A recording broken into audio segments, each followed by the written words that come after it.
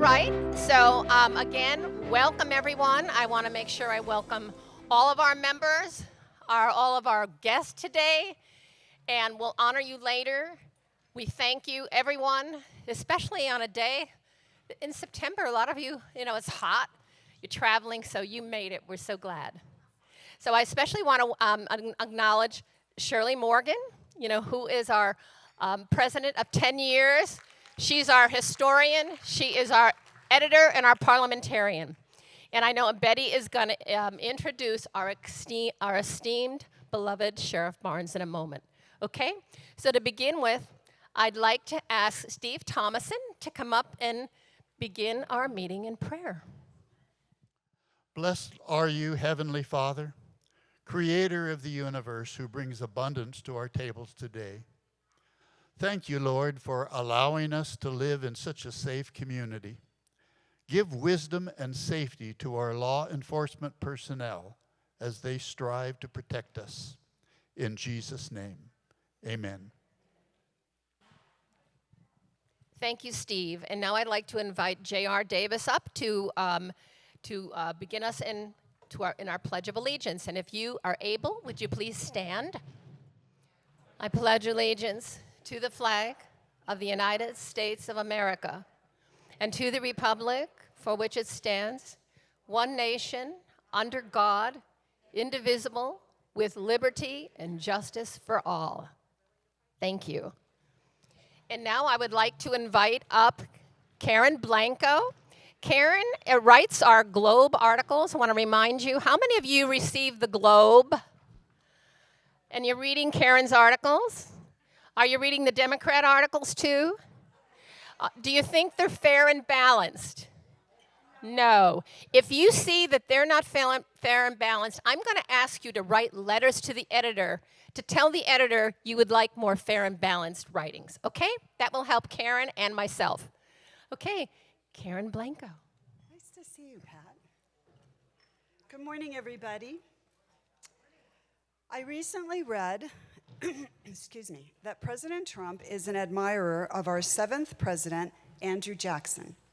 One of the first things Trump did as his second term began was to reinstall a large Andrew Jackson portrait in the Oval Office, which had been removed by the Biden administration. At the beginning of his first term as president, in a speech given at the Hermitage, the historical Jackson family home in Tennessee, President Trump said, "From poverty and obscurity, Jackson rose to glory and greatness. He had courage, grit, and patriotic heart, and he was one of our great presidents." To watch a video of that speech, take home the slip of paper on your table, which gives the directions on how to find it on YouTube. It runs about 12 minutes, and it is well worth watching. President Trump relates to Andrew Jackson for the many ways Jackson fought for change for the everyday American. As Trump says in the video, during the revolution, Jackson first confronted and defied an arrogant elite. He rejected authority that looked down on the common people. After this statement, Trump laughs and says, "Oh, I know the feeling, Andrew."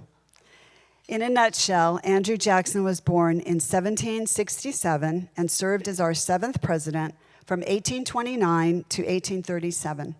He grew up on the frontier in a log cabin, the 3rd son of a poor farm couple from Ireland. His father died a few days before Andrew was born, and his mother later died from smallpox, leaving him an orphan at age 14. Jackson said later, "I felt utterly alone." Young Andrew was known for having a bad temper, which led to many fights which he never seemed to lose. He went to boarding school at age 11, where he studied reading, writing, grammar, and geography, but he mostly loved sports. In 1776, at age 9, a precocious Jackson read the newly adopted Declaration of Independence aloud to his neighbors. At age 13, only 13, he joined South Carolina's mounted militia with his older brother, Robert. The British captured the two brothers and marched them 40 miles to a military prison. A British commander ordered young Andrew to scrub his boots, and Jackson refused, saying he had rights as a POW. The officer slashed Andrew's hand with his sword and cut his head slightly. Jackson was a tough revolutionary soldier at age 13. As an adult, he became a successful lawyer and landowner with the nickname of Old Hickory because he was as tough and strong as the bark of a hickory tree. As told by an old-timer resident of his town, Jackson was known as, quote, the most roaring, rollicking, game-cocking, horse racing, card-playing, mischievous fellow that ever lived in Salisbury, North Carolina, unquote. Jackson led a busy and controversial life. He was married to Rachel Jackson and, although they had no biological children of their own, they helped to raise some of the children of Rachel's siblings.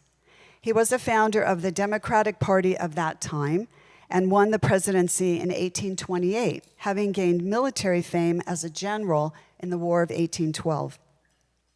Many of Jackson's most famous quotes ring true for our political scene today. President Trump agrees with many of Jackson's governing stances, and he has said so. Here are a couple of Jacksonian quotes. See if you agree that they sound like they could be said by Trump himself these days. From Jackson's first inaugural address, the federal Constitution must be obeyed, states' rights preserved, our national debt must be paid, direct taxes and loans avoided, and the federal union preserved. These are the objects I have in view and, regardless of all consequences, will carry into effect. And another Jackson quote, the people expect reform. They shall not be disappointed, but it must be judiciously done and upon principle. From Jackson's second inaugural address, without union, our independence and liberty would never have been achieved. Without union, they never can be maintained. In his speech at the Hermitage, which you can watch on YouTube, Trump said, Jackson reclaimed the people's government from an emerging aristocracy. They had turned the government into an engine for the support of the few at the expense of the many. Trump continues, Andrew Jackson was the people's president. To clean out bureaucracy, Jackson removed 10% of the federal workforce. He ran a campaign to sweep out government corruption. He imposed tariffs on foreign countries to protect American workers. Doesn't that sound like what Trump and his administration are trying to do today? One last Jackson quote, which sums up his dedication to the everyday American. In the planter, the farmer, the mechanic, and the laborer, we will find the muscle and bone of our country. In the Oval Office, Trump is proud to sit between portraits of Andrew Jackson and Thomas Jefferson, one portrait on each side wall next to his desk. Outside of Trump's office window grows a healthy magnolia tree, planted many years ago from a small sprout taken from the grounds of Jackson's home. Trump concludes, quote, Andrew Jackson, we thank you for your service. We honor you and your memory. We build on your legacy. And we thank God for the United States of America, unquote. Thank you for listening. Be sure to take home, if you wish, the little paper with the YouTube address if you want to watch Trump's speech. God bless America. And we're glad to have you, Pat. Glad you're feeling better, hopefully. Oh, I just love her writings and her bringing history alive to us again. Thank you, Karen. She works hard on it. Okay, now and I would like to invite up Betty Oliger, our Vice President of Programs, who's going to be introducing our guest speaker today. There's a light. Okay, better? Oh, yeah. Okay, it is my honor to introduce the Honorable Sheriff Don Barnes. Sheriff Don Barnes began his law enforcement career with the Orange County Sheriff's Department in 1989. In 2018, he was elected the 13th Sheriff Coroner of Orange County. Sheriff Barnes' leading initiatives are aimed at reducing the prevalence of drugs in our neighborhoods, enhancing school safety, mitigating the impacts of homelessness, and advocating for the restoration of accountability in our criminal justice system. Sheriff Barnes leads almost 4,000 sworn and professional women and men who work in diverse areas, including patrol operations, criminal and special investigations, the county's crime lab and courts, the coroner's office, and Orange County's 5 jails, which collectively comprise one of the nation's largest jail systems. The department provides direct patrol services to more than 783,000 residents within the county's unincorporated areas and contracts with 13 municipal cities. The county's 3 harbors, John Wayne Airport and the Orange County Transportation Agency. The sheriff serves as president of the California State Sheriff's Association and as chair of the association's technology committee. At the national level, he is chair of the Major County Sheriffs of America's Intelligence Commander Group, which works to ensure open communication amongst local, state, and federal law enforcement regarding threats such as terrorism, drug trafficking, and cyber attacks. Within the community, Sheriff Barnes serves on the board of Laura's House, a local organization which provides domestic violence-related shelter, services, and counseling. Sheriff Barnes has a Bachelor of Science in Business Administration and a Master's of Public Administration.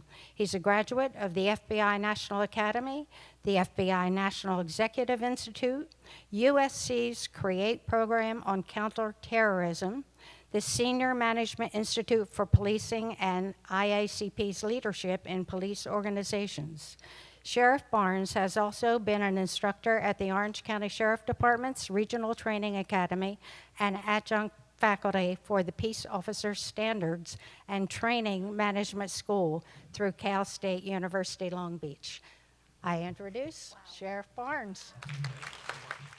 I probably should just stop after the introduction. That was very kind.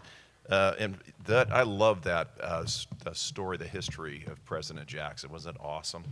And yes, he did have, though, one unfair advantage. He didn't have social media or today's media putting out misrepresented facts about how our government's working today. So he did have a little bit of advantage over our current president, Donald Trump. Thank you for the opportunity of being here. I was here, hard to believe it's been 2 years. I was just told by Pat. I thought it was last week. Time went by so fast. And I know we had some things that we're dealing with then, and some of the issues dealing with then were still present, and some of the initiatives that were underway back 2 years ago have since come into fruition, and we are, I think, making some positive changes, not just nationally, but also specifically here in Orange County, and some of that I'll share with you. I have a short time with you today, so I'm going to look at the clock several times. I want to give you an opportunity to ask me questions. That's the time of the day I'd like to call Try to Stump the Sheriff with the questions. Get ready to hear me okay? Yes? Awesome. 3 areas I do want to cover real quick are areas that have been, I've heard probably speak before about recently passed Proposition 36, passed last year, what drove the necessity for Proposition 36. Give you a brief update on some of our homeland security issues, changes that we're seeing at the borders you probably are aware of, and probably some of the ways that the cartels are shifting to try to maintain their presence in our country through human trafficking, sex trafficking, and narcotics trafficking. And then I'll end with a little bit of an update on fentanyl that we've been screaming from the mountaintops since 2015 about and what we've done here in Orange County.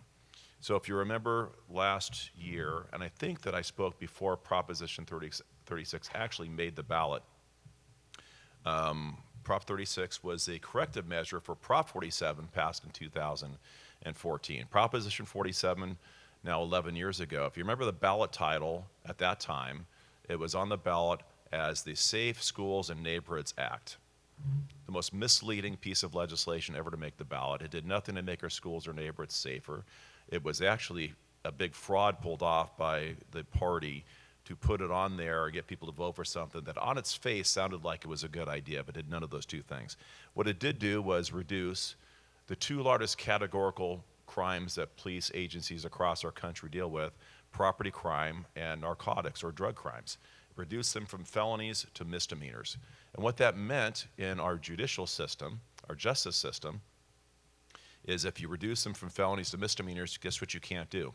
You can't go to prison for a misdemeanor.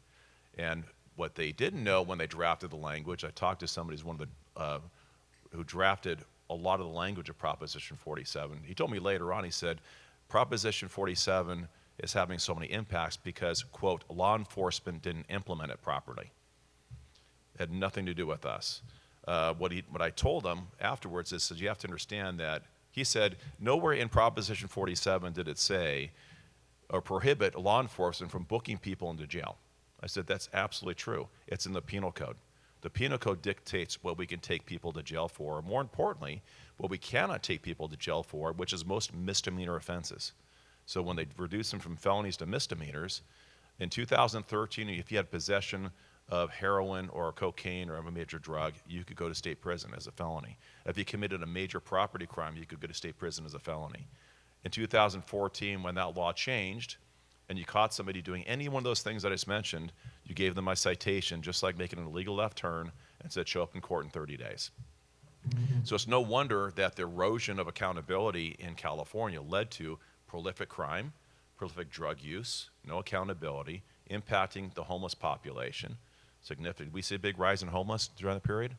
Yes, because they opened the floodgates of the prisons, let everywhere out with nowhere for them to go, to get into sobriety, to deal with the mental health issues, and they ended up on our streets. And over time, we saw the presence of that. And I think if you looked at all the, I hate to use the P word, the progressive moves over the last decade, if you took any one legislative year and put all those bills in one calendar, they'd be a laughingstock. There's no way that could happen. Incrementally, these bills get implemented. It's like boiling a frog. You don't throw a frog in hot water. You put them in cool water, you bring it up, and they'll slowly boil that frog to death. We've been frogs getting boiled to death with some of the legislative things happening in the state. So Prop 36, introduced last June. I was the president of Cal State Sheriffs. I've just recently left that office as president. My first act upon becoming president was taking on and supporting Proposition 36.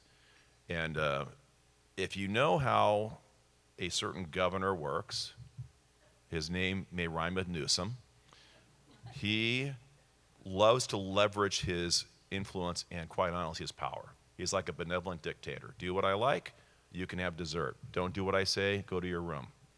And you don't want to be on his bad side. When I took office, all the associations that were supporting Prop 36, he's tried to carve them off one at a time. I'll make a side deal with you. You guys come over and support me, and I'll make a deal with you. I went to all those associations and said, no, we're not doing that. We're staying united.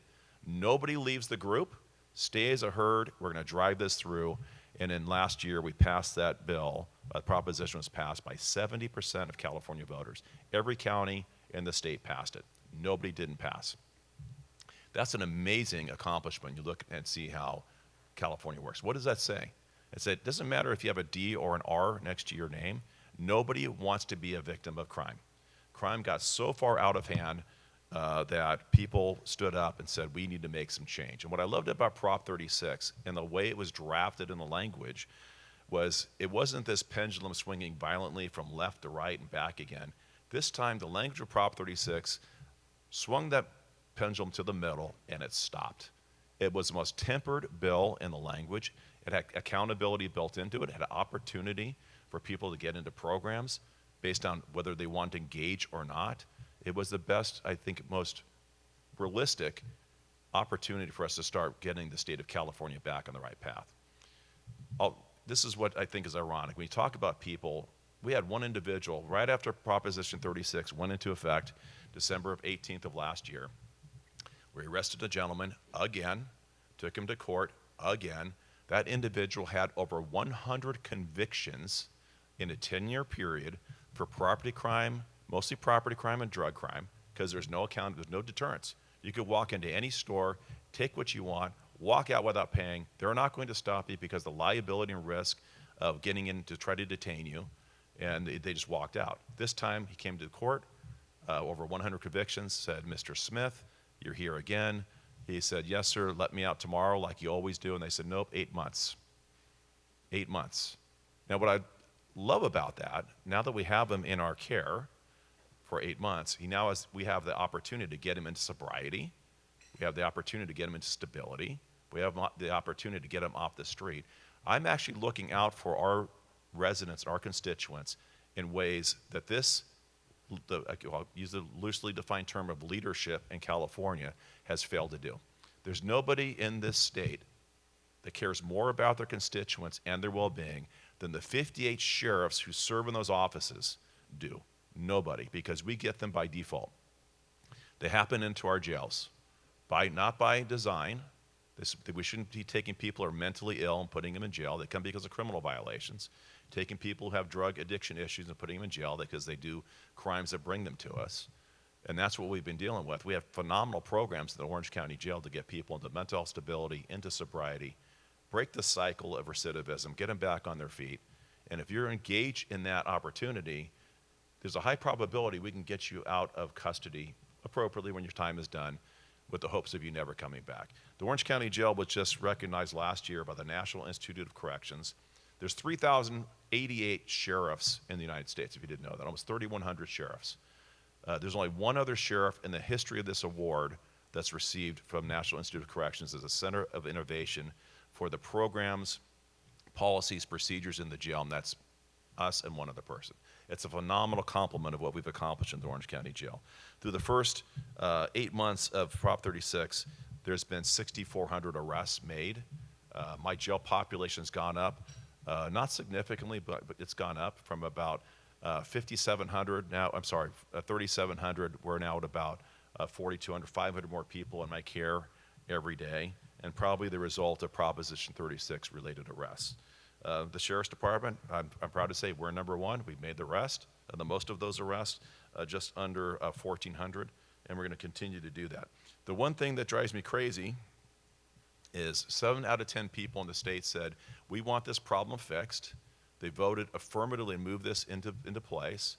I think they have an expectation that we'll work collaboratively to solve this problem. But in the last budget from Governor Newsom, he didn't put one nickel in the budget for Prop 36 related programs. He wants it to fail.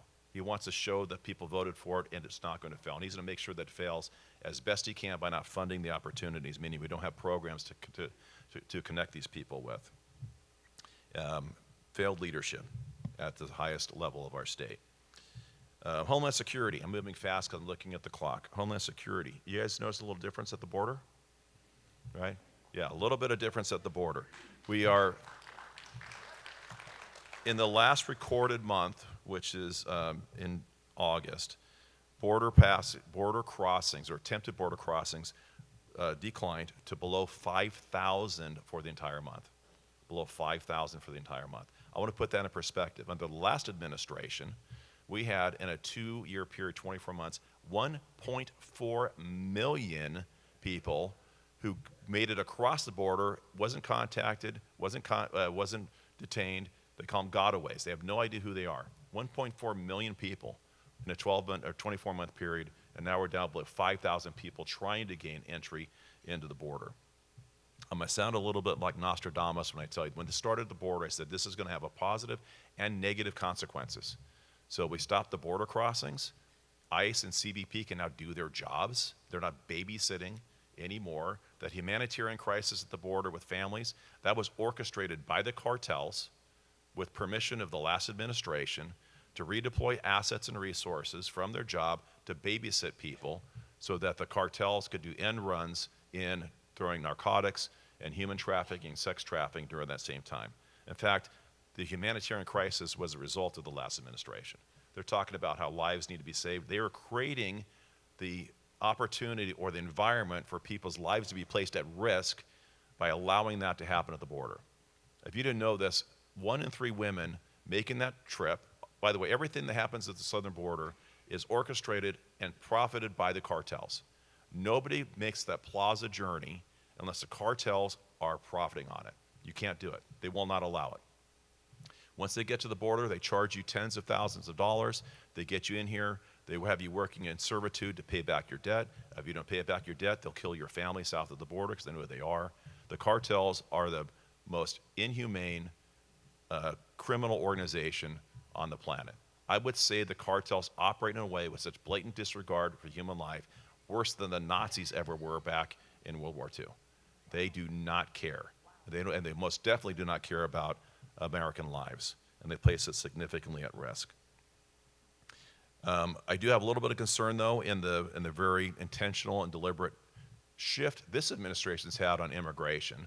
Not that they are doing their job, but I'm concerned in other areas where they might be taking their eye off the ball, like cyber and cyber attacks and other organized crime, terrorism, and terrorist likely events that might be manifesting throughout the next several years in the continental United States makes me very, very concerned.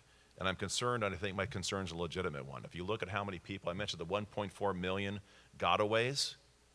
Again, a gotaway is they know somebody crossed the border, they were picked up on technology, or somebody saw them, but they didn't contact them, they weren't detained, they made it successfully across the border into the continental United States. So here's a question that I asked Secretary Mayorkas when he was in office.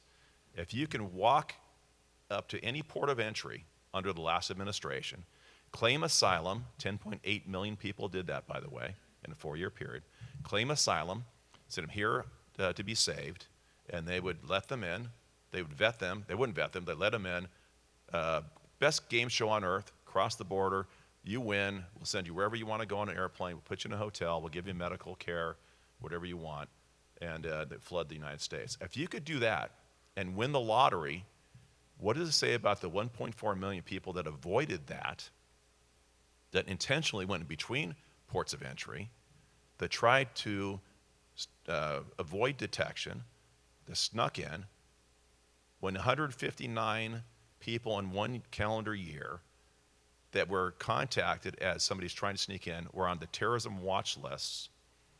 What does it say about the potential of 1.4 million people that successfully made it in? We have bad people amongst us. We have people who want to do us harm.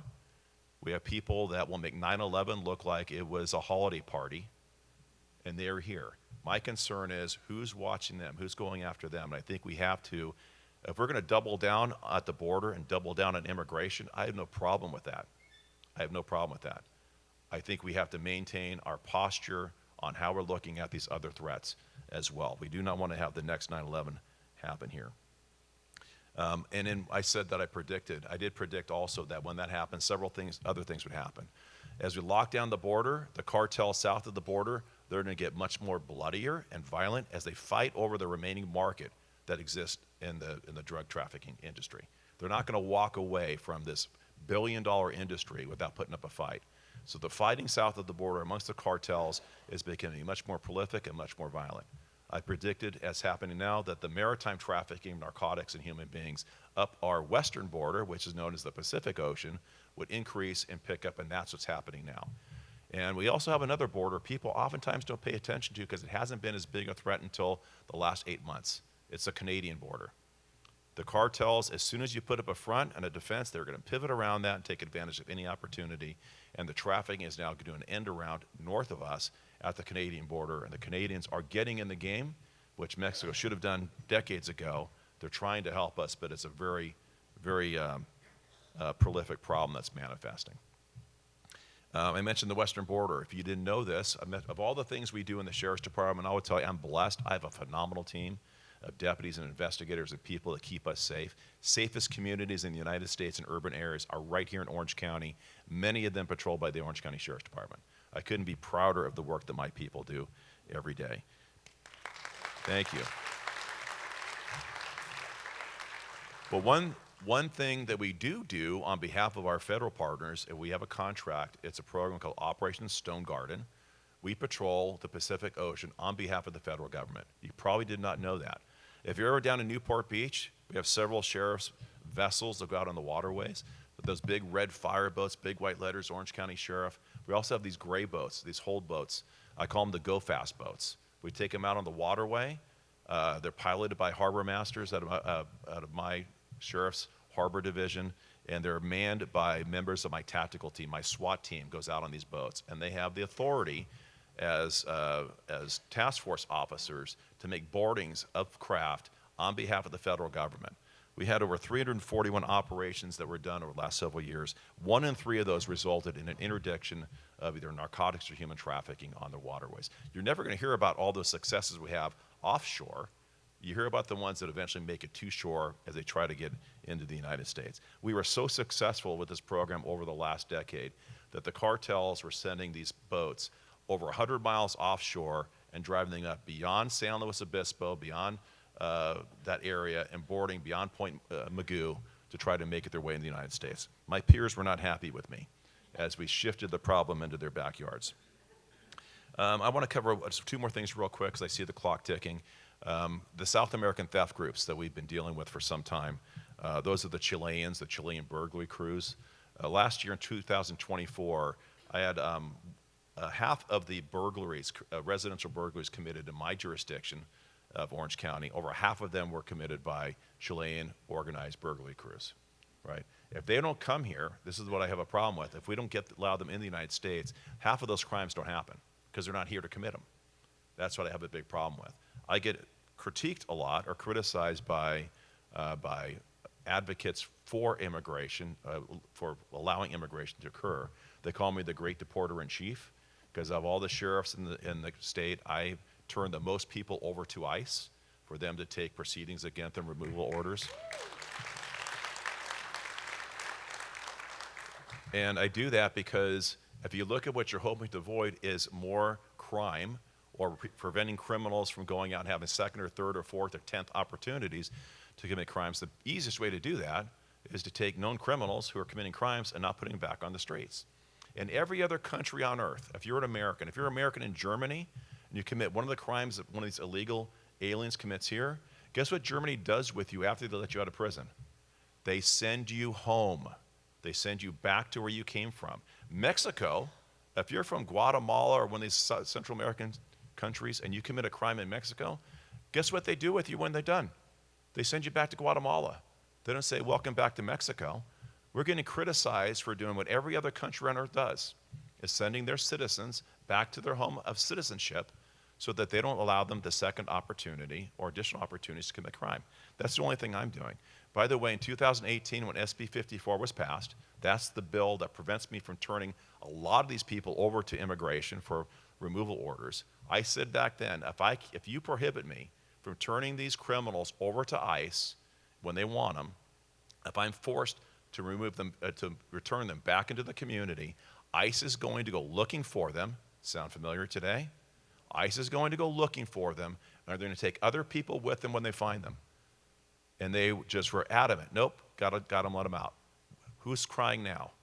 You know what? It's so wrong. ICE is going to find these people in the community. I said back then the safest place to turn them over is in a controlled environment in my jail. I can take somebody and say that you want this person, here he is. You do what you want with them in the removal orders, but they don't get an opportunity to get released and arm themselves. They don't get to go back in the community and commit more crimes. They don't go back in the community and impact the community they're from. By the way, these immigrants that are here illegally committing crimes, I'm talking about California crimes, you know what? You know who does not want them more than anybody else? The immigrant community in which they reside in. They don't want them either. So these people advocating are advocating at the expense of their own communities they're saying they're trying to protect. You can't talk out both sides. I'm going to cover real quick just our fentanyl. If you heard me speak before, I've been screaming for a decade about fentanyl. Fentanyl, 50 times stronger than heroin, 100 times more potent than morphine, responsible for so many deaths. We have been trying to turn the curve on that, and I'm going to tell you what happened. In fact, if you heard me last time I was here, I said, please tell your kids, your grandkids, your children, your neighbors, don't take pills you don't get from a pharmacy because it's going to be fentanyl. Well, I want to thank you. I want to thank you because your efforts, your sharing has had a positive impact over the last 3 years in Orange County, not the state. The state is still going up. Orange County turned the curve. We have, for the last 3 years, declined over 40% reduction in fentanyl-related deaths. The first time we just got below, we went from a high of 717 to just over 400 in 2024. And that's because we got the message out. We educated people. We went on all out front. If not for COVID, fentanyl would be the #1 public health crisis we would be facing and have been facing for some time. I spoke to a group last year, and this would, I think, when you look at people's lack of ability or desire to engage in fact-driven information education. Several years ago, I remember the Boeing MAX 8 jet, the 737 MAX 8. They had 2 years back-to-back where MAX 8 jets crashed. Boeing, out of public pressure, grounded an entire fleet of aircraft until they had it fixed. Go fix it, go figure it out. For the last several years, every year, we have the equivalent of 10 737 aircraft crashing every week because of fentanyl and drugs. If I told you 10 planes are going to crash a week, the whole flight industry would not fly. People would not get on planes. That's how prolific the drug issues are. I was back in Congress, back at the White House under the last administration talking to Office of National Drug Control Policy, and I talked about fentanyl and how it works and how precursor chemicals move and how pill presses are being sold by American manufacturers to the cartels in China making these pills, how the border needed to be secure and finally is, and all these things. And I ended with one simple thing. If you look at that as a chain of events, all those chains, all those things that happen could be very easily avoided if we did one simple thing. Let's deal with the addiction issue we have in our country. If we don't deal with the demand for drugs north of the border, the cartels are always going to rise up to meet that with supply south of the border. We have to deal with the addiction crisis in this country, and we have to invest to do that. It's not a cost, it's an investment. And as I've told people this over time, I'll be honest, it oftentimes falls on deaf ears. People don't want to put money there. We do in Orange County in our jails. We've invested there. I have every day 1,100 plus or minus 50 people, but notice I said people, not inmates, people in my care who are on medication-assisted treatment for opioid use disorder. That cost you taxpayers millions of dollars a year to invest in them, to get them into sobriety so we can get them back on their feet and give them their lives back, give them their families' lives back, make them productive in society. What I don't have is the ability to turn them over to a warm handoff into a program to maintain that success we got in the jail. That's where Prop 36 is failing. What I just said, and I'll be very clear, what I do in my jail with the over 1,000 people to invest our taxpayer dollars to get them into sobriety, the more than the 200 people every day that we are detoxing through step-down units out of alcohol and or drugs, the half of the people, 1 in 2 people I have a daily nexus to mental health treatment in my care every day that I do with your support through your taxpayer dollars, and I let them out because I have to let them out one day. It's called kidnapping if I don't. I have to let them out when their time is up. I want this so desperately to say, please maintain that success. Keep them sober, keep them in sobriety, connect them to services, whatever it might be. And Gavin Newsom said, no, I'm not going to support that. I'm not going to give you one nickel for post-custody sustained success to help these people who need it most. That's what he did in the budget last year. That's the governor. That's his blatant disregard for the citizens of California, the pain and suffering they go through every day, because he is the benevolent dictator. He said, I know better than all of you, and you're not going to get cake today, Sheriff, because you don't do what I tell you to do. And I'll tell you what, Governor, I'm not going to do one thing you tell me to do. I'm going to do the right thing for this county. I'm going to do the right thing that's for the best future of the state. And fortunately for me, and I hope you see this too, my opportunity to serve at a national level, I'm going to do the right thing to get this country back in the right place too. So thank you for your time. I appreciate it. And I'll answer any questions that you might have of me. Questions? Did I nail it? All right. A gentleman right here. If you speak, I'll repeat your question for the audience.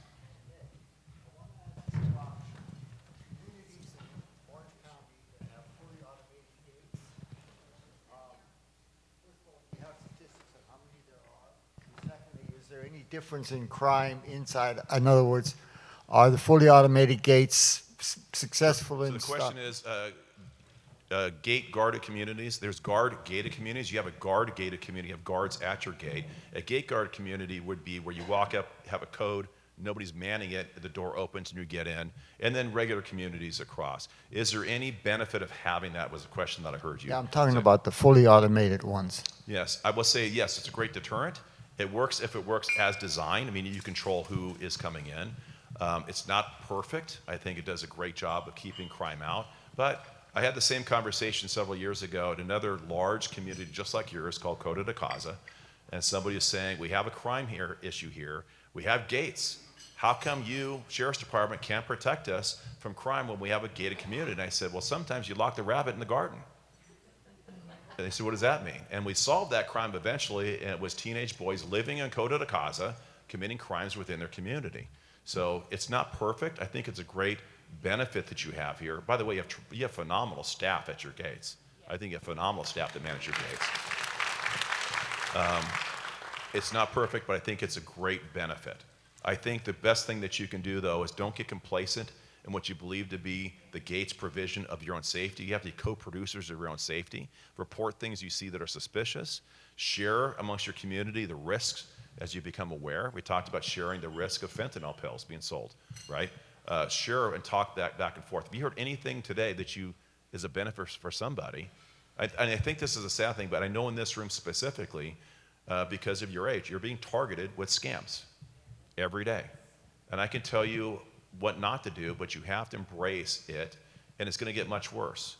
Because now with generative AI and the ability, you guys know what the granny scam is?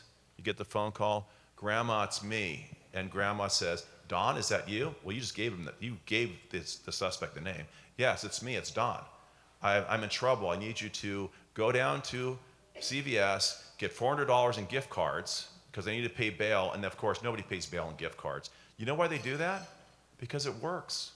Because it works. We put so much information out in the public space today without knowing how much risk that creates. So now with AI, I don't need to know your grandchild's name. I can find it on social media. I could probably find a video of him or me speaking, which I speak plenty of times, a video speaking. I can take through AI and docs that voice. I can speak into a program that will make me sound like the grandson, and then call Grandma and go, it really is me, Grandma. Yeah, that is you. It's your voice. So when I say don't click on things, if it's too good to be true, don't answer the phone, have a validation system, all these things, please, take that serious. They do it because it works. So don't make yourself an unnecessary victim. Yes, sir. What makes American youth so prone to drug use? Is marijuana a gateway to harder drugs? I did not like it when they legalized marijuana. Yeah, so the question was gateway drugs, marijuana, what makes it such a profound...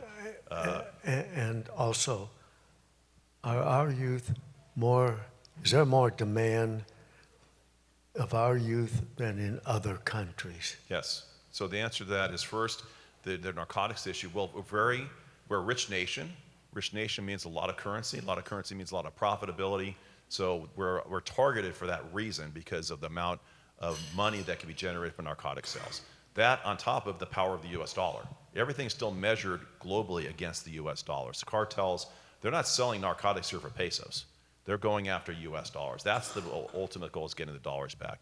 Marijuana today is not the same marijuana it was back in the Cheech and Chong era, right? That old movie, if you remember Cheech and Chong with that big, giant submarine sandwich-sized joint that they would smoke, you don't need that anymore. The toxicity of THC is so strong, it's actually causing psychosis in consumers. Teens are especially at risk. Yes, it is absolutely a gateway. There's this false notion that it's legal, and because it's legal, it's safe. Neither one of those, it's been decriminalized federally, which means it's not enforced in California. It's still a scheduled drug in the Scheduled Drug Act. But when you look at the impacts of that, everything that marijuana has been sold to solve, it's a cure for all these things, actually causes all the things it says it cures. There's now direct evidence that high levels of THC in our youth, the adolescent developing brain does not fully develop until 25 years old, the impacts of high doses of THC is actually causing psychosis in our young adults today. And it's ruining lives, because once you do that, you rewire the brain, you get off of homeostasis. Same thing's true with fentanyl, right? You get people dependent on the dopamine and these chemical releases that your body stops producing because you're introducing it in another natural form. Your body stops producing dopamines, and it starts needing that replacement. If you talk to anybody that's in addiction, and I've dealt with people my whole career, I've been doing this for 37 years. I've met more addicts probably than anybody in the room. If you talk to them, and if they're honest, they will tell you, I'm not trying to get high anymore. I'm trying to get back to normal. I'm trying to find normal. I'm trying to get my body back to where I can't get it back to anymore. That's why addiction is so powerful. That's why it is a gateway. We see kids cycle off of it and onto other things, and it absolutely is. Now, that that industry, by the way, will say absolutely not. It's totally safe. By the way, in California, you know who the marijuana industry is? The cartels. You think the cartels are going to walk away from a billion-dollar industry because we decriminalized it and now people can start growing it here as a product? The only thing that changed for the cartels is, guess what they don't have to do? They don't have to smuggle it across the border anymore. They can grow it here legally in California and distribute. The cartels are directly behind, and China now, by the way, are directly behind the marijuana industry in California. Yes. It sounds like we have a parental problem. Well, I think we have tremendous intervention programs in the Sheriff's Department for decades. One of them is the Pride program. Pepperdine does an intervention program for the Sheriff's Department. And before marijuana was decriminalized, we routinely had parents and kids coming in for marijuana use to help them through that. As soon as the decriminalization effort started, parents never brought their kids anymore. Oh, it's just like drinking a beer. It is not like drinking a beer, right? And so that the whole strategy of doing that, parents are like, no, it's fine. It's fine for them to use it. So I have time for one or two more questions. Tell me your... Sheriff, what is your opinion or your view on the people that have, and I know everyone here knows about this happening, and there's mixed feelings. Illegals that have been here for years and years and, you know, are working at jobs. Yes. You know, I know there's a fine line. I mean, true, they came here illegally, but they've been here and raised families and are basically good people. Do they still, in your view, need to be deported? So that's a great question. I'm a little more centrist in this perspective. And my answer may upset some people in this room. I believe our focus should be, as it was presented when Trump took office, and no problem with ICE doing their job, but I think we should remain focused on those committing very heinous crimes in the country, go after the ones that are the most serious. We get the best benefit, that's the greatest return on our investment. You know, there's a quota that they need 3,000 people a day. Well, they're getting, 2,700 of them aren't the right people. I'm not saying that they're not here, that being here illegal is not, that's not okay. But if you look at where we are today, if you've been here 20 years and you're running a business, you've committed no other crime other than coming here, I think we need to deal with the people differently. I'm not saying amnesty. I believe we could, if you've been here X number of years and you've been compliant with the law and you've been an additive value to our society and our economy, maybe provide them a work visa and legitimize them. Let's start paying taxes into the system so they don't have to do it under the table. If you look at what Trump's accomplishing, he's brought us back to the strongest economy on earth. That depends on commerce. It depends on industry. It depends on manufacturing. It depends on all this ecosystem that we have. It also depends on one thing that we're failing to recognize, a workforce. We need a workforce. If you see how construction's being impacted because a lot of people work in that industry are not here legally. So I think we need to parse those out into two groups. The much smaller group of the very prolific criminal enterprise that are operating here, and I will go after them. If I had the ability, we go after them already because they're committing crimes. Yeah. So that's not an immigration issue, that's a crime issue. We're all going after the same target. And then we have to look at this other group a little differently. And I think that I don't think there's any benefit to reducing the harm or risk by arresting 10 people drying and washing cars in Newport Beach. I don't think that does what they think it's going to do. If they can validate that they're not committing any other violation of law, I think that we have to have, and maybe even down road, a path to citizenship. You know what group is the most angry about what's happening south of the border? Yeah. The immigrants who came here legally Yeah. and followed the rules. By the way, that's my in-laws. That's my mom. My mom did it, they did it the right way. You talked about what's happening at the border. They're more angry than American citizens who are taken advantage of. So I think as a policy statement, I think we need to look at the policy on immigration and see if there's some tempered way, not to give them citizenship, which I'm not sure they're after, but I think they're after legitimacy and their ability to chase the American dream in a way that might give them that opportunity. And I think that we have to be potentially looking at through that. Yeah. Okay, thank you Sheriff very much Barnes, for- Sheriff Barnes, it's a question that you and I have spoken about over the last couple of years, and a topic that I think is important for you to address today. And that is, are you a constitutional sheriff? And if not, why? I think that's important for you to share with our members. Well, I will first say I absolutely am a sheriff that believes in, supports, defends the Constitution, every part of it. You don't get to pick which ones you like. And so I'm all in on the Constitution, the case law that follows the interpretation of the Constitution. You have to follow that. I'm the biggest believer in the First Amendment rights. If you look at what happened post George Floyd and through COVID, my deputies responded to over 100 protest demonstrations during that era. Last year, we were at UCI during the protest there. And by the way, went back in and arrested about 80 people at the end of that protest at UCI. And got charged, by the way, which they thought was unfair. They had to teach a class at UCI called, I can teach it for them, it's called, This is How Life Works. You don't get to show up, break the law, and say, oh, but I have finals next week. That's not how life works. But there is a group called constitutional sheriffs. And what they believe, and there are sheriffs who are part of this group, what they believe, as members of this group believe, is that the sheriff is the highest authority in the land. The sheriff has the ability to go to Congress and arrest members of Congress for not doing their job.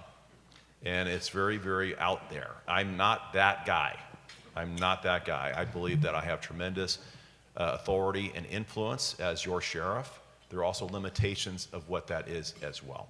So I'm not from the definition of that group's perspective, no, I'm not a constitutional sheriff. From what your values are, I absolutely am a believer in the Constitution and all the bills that came afterwards, and I will support them, as I've sworn to do throughout my career and through the rest of my time in office. So yes, there is a difference. If you hear that constitutional sheriff group, that is not me. I hope you think that I'm better than that, than to think I can go to Congress. I had a conversation with a guy who confronted me on this about the same thing. Are you constitutional sheriff? And I said, well, yes, I believe. No, that's not what I mean. He said, you, sheriff, have the authority to go and arrest people in Congress. And I said, well, I have a question for you. I go, first, can we agree that there's only one person in this room? It was an event like this. There's only one person in this room right now who is actually the sheriff and might know the authority and limitations of authority, and it's not you. And he kind of just stopped, and his head almost blew up. And then I said, I go, I have a question. Do you believe that? And he goes, yes, I believe that. Sheriffs, he goes, and there's sheriffs that believe. He goes, yes, there are. So my question to you is, if you believe that, yes, and there are sheriffs who believe in that too, he goes, yes, there are. Why haven't they gone to Congress and arrested people for not doing their job? And then his head blew up a second time. And I ended with a simple thing. I said, look, I'm never going to be that guy that you think you want me to be. I do not want your vote. Do not vote for me. I can go without your vote. I'll be okay. And then his head blew up a third time. So there are, and I'll be honest, I had a conversation a few months ago. I spoke at the Republican Party of Orange County. And somebody asked me the question, have I ever spoke to the Democratic Party? I said, yes, I have. But before I was in office, I met with Ada Briseno once in my office. She was the former chair of DPOC. And it was a great conversation. She actually, at the end, she said, are you sure you're not a Democrat? No, I'm sure. But I'm focused on policy. I'm focused on impacts. I'm focused on outcomes.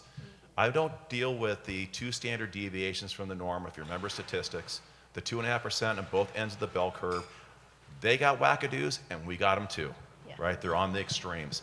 I'm focused on 95% of the people in the middle. I think we can pull the rope the same direction. I think we hope for the same things. We all want the same things. We want to be safe in our community. We want to have opportunity to be successful. We want our kids to grow up in a better world than we grew up in. I think that's at risk right now. We all want the same thing. If we can focus on what we want to accomplish together, the supermajority in California dissipates overnight. Now we're just doing the job they were elected to do, looking out for all Californians. Everybody's too politically motivated today on these extremes. And I don't focus on the extremes. I'll play down the middle in that, which is why I probably ran unopposed in 2022. Yes. So thank you for your time.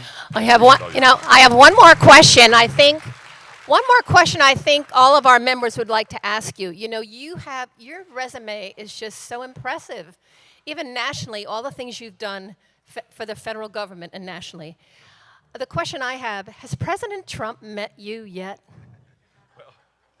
No, I have not met President Trump. It's not because in Trump 1.0. First of all, it's not easy to get to DC. There's not a catapult big enough to get me there in an hour. It takes logistics and it takes time. And if you have to go to DC, generally speaking, you have to go a day before to get there for what you're going there for the next day. And I probably was invited back to the White House a half a dozen times or so last time, and it was just, I couldn't ever logistically make it happen. It wasn't that I didn't want to go, I just couldn't logistically make it happen. Ray, who's my Director of Government Affairs, Ray got to go. Oh. And there's a great, it's probably his favorite photo in his office. It's him sitting in the Oval Office with Trump in the cabinet room. That's great. And Ray was a deputy sheriff serving as a reserve for Orange County for many years. Thank you for your service, Ray.